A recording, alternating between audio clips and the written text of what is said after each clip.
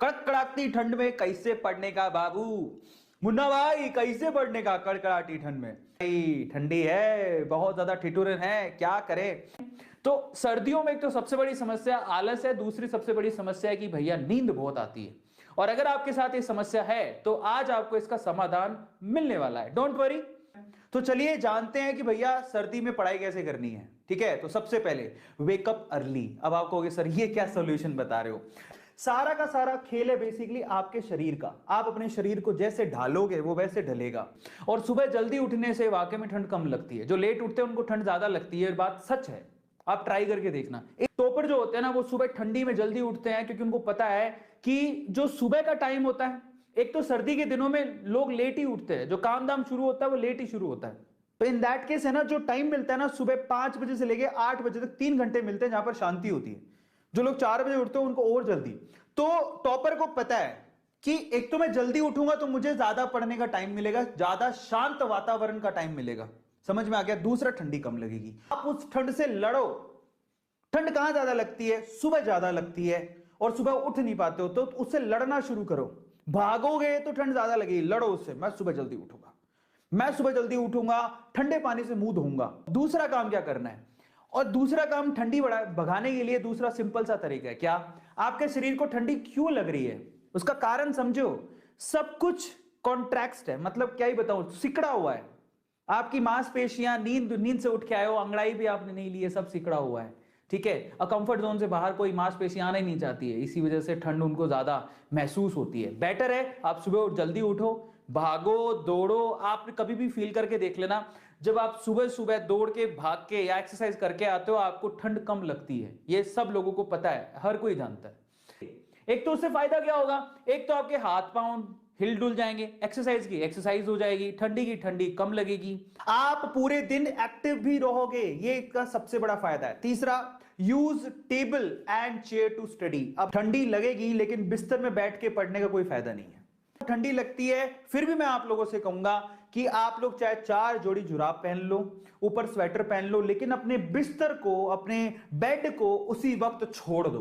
4 बजे बिस्तर छोड़ के 4:30 बजे तक फ्रेश होके अपनी टेबल पे बैठ जाना। और टेबल पे बैठ के एक काम और कर सकते हो, सुबह 4:30 बजे खुद के लिए चाय बना लो। मम्मी को भी परेशान मत करो, लेकिन आपकी मां पक्का जब आप उठ रहे हो तो आपके साथ उठती है। ये मैंने मेरे साथ भी फील किया और बाकी बच्चों के साथ भी फील होता होगा। जल्दी से बताओ चैट सेक्शन में किस किस को लगता है। आप 4:30 बजे उठे हो, आपकी मां आपको 4:30 बजे चाय बना के दे देगी ताकि मेरा लाल, मेरा बच्चा, मेरी बेटी पढ़ सके। और ये बात सच है, आप भी जानते हो। प्लीज आप लोग बेड पे बैठ के पढ़ाई मत करो, कोई फायदा नहीं है, कोई मतलब नहीं है। 10 मिनट बाद ही सो जाओगे, कब नींद आ जाएगी पता नहीं लगेगा। डॉक्टर फिर सपने में ही बनोगे। समझ? अगला, यस, फुल्ली कवर योरसेल्फ। तो सबसे पहला काम आपको वो अंग ढकने हैं जहां से ठंडी आपके शरीर में घुसती है। और बीइंग अ बायो टीचर आपको सबको पता है कि सबसे पहले पैर ढको अपने और अपना सिर ढको। ये 2 चीजें, एक ये और एक ये, और एक जगह है आपके ये दोनों हाथ। समझ में आ रहा है? तो जो एयर कांटेक्ट में आते हैं ज्यादातर वहीं से ठंड अंदर घुसती है। समझ में आ गया? तो आपके बदन पे तो सारे पे कपड़े होते ही हैं। 5वां है गेट प्रॉपर सनलाइट। ये भी बहुत इंपॉर्टेंट है। पहली बात तो प्रॉब्लम ये है कि सर्दियों के दिनों में हमारे सूरज भगवान दिखते ही नहीं है। अच्छा, आप दिख जाएं तो मेरी रिक्वेस्ट है आपसे, एक आधा घंटा प्लीज आप धूप में बैठ जाओ। आधा घंटा धूप में अगर आप बैठते हो और प्रॉपर सनलाइट इनलेट करते हो, जिससे आपको विटामिन डी भी मिलेगा और आपकी एक्चुअली ठंड भी कम होगी। आप मान के चलो दैट में हेल्प यू अ लॉट। आपकी ब्रेन, आपकी बॉडी इम्यून होगी, विटामिन डी मिलेगा जिससे आपके ब्रेन इंप्रूव होगा, आपकी मेमोरी इंप्रूव होगी और आपको ठंडी भी कम लगेगी। छठा, don't forget to drink water. अब कई लोगों को लगता है सर्दियों में कौन पानी पीता है, क्योंकि सर्दियों में पानी पीने से क्या होता है, सुसु बहुत आती है। बात फैक्ट है, बिल्कुल फैक्ट है। लेकिन अगर आपने बिल्कुल पानी को इग्नोर कर दिया तो भाई एक तो आपकी एनर्जी कम हो जाएगी, डिहाइड्रेशन की प्रॉब्लम होगी। सर्दियों में डिहाइड्रेशन से आपके पेट में गर्मी ज्यादा रहती है और आपको ठंडी भी ज्यादा लगती है। मैं आपको बता देता हूं, ये बहुत बड़ी प्रॉब्लम है। ठंडी में बच्चे पानी नहीं पीते। आपको पता है आपका शरीर जो है कितना, 70-80% बायो के बच्चे बताइए मुझे, आपका शरीर कम से कम 70-80% तो पानी है। और अगर आप ऊपर से पानी नहीं पी रहे हो तो आपकी सेल्स सिकुड़ने लगती हैं, आपको ठंडी तब ज्यादा लगेगी। तो आप ये मत सोचो कि पानी पी रहा हूं तो पानी से ठंडी ज्यादा लगी। ठंडा पानी पीने में लोगों को प्रॉब्लम होती है, थोड़ा गुनगुना करके पी लो, समझ में आता है। अब लोगों को लगता है कि जब मैं ज्यादा पानी पीऊंगा तो सुसु बार बार जाना पड़ेगा, बार बार सुसु कौन जाए, वो बेटर है आपके लिए। डिहाइड्रेशन की वजह से स्टमक और अंदर इतनी ज्यादा गर्मी हो गई थी कि मैंने जो हालात देखे हैं मैं तुम्हें बता नहीं सकता हूं। तो इसलिए बेटर है कि आप लोग पानी पीते रहो। पानी अपने आप में आप लोगों को एनर्जी प्रोवाइड करता है और आप लोगों को पानी जरूर पीना चाहिए, जो आपकी ठंड को भी कम करेगा।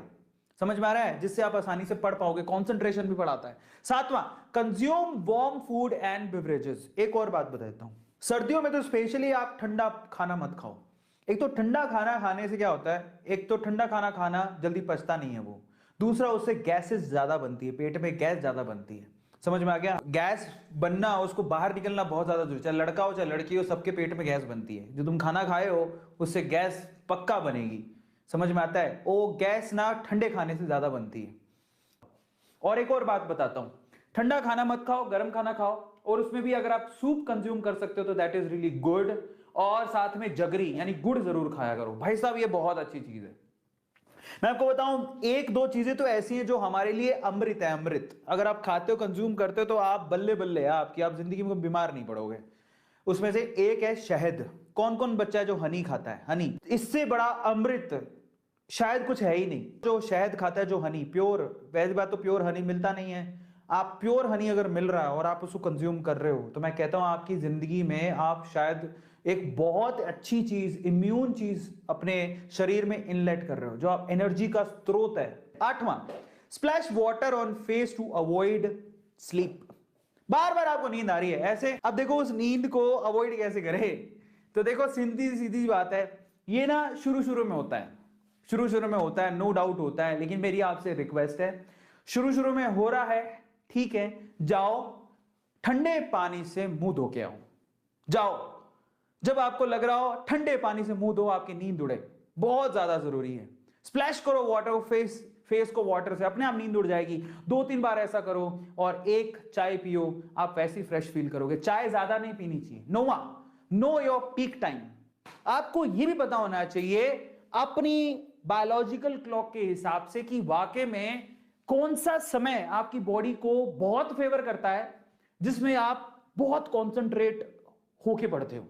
वहां पर मुझे लगता है आप अपना मैक्सिमम आउटपुट निकाल सकते हो। आपको पता होना चाहिए कि वो समय क्या है जिसमें आप अपना मैक्सिमम टाइम निकाल रहे होते हो, मैक्सिमम स्टडी कर रहे होते हो, कंसंट्रेशन का लेवल ज्यादा होता है।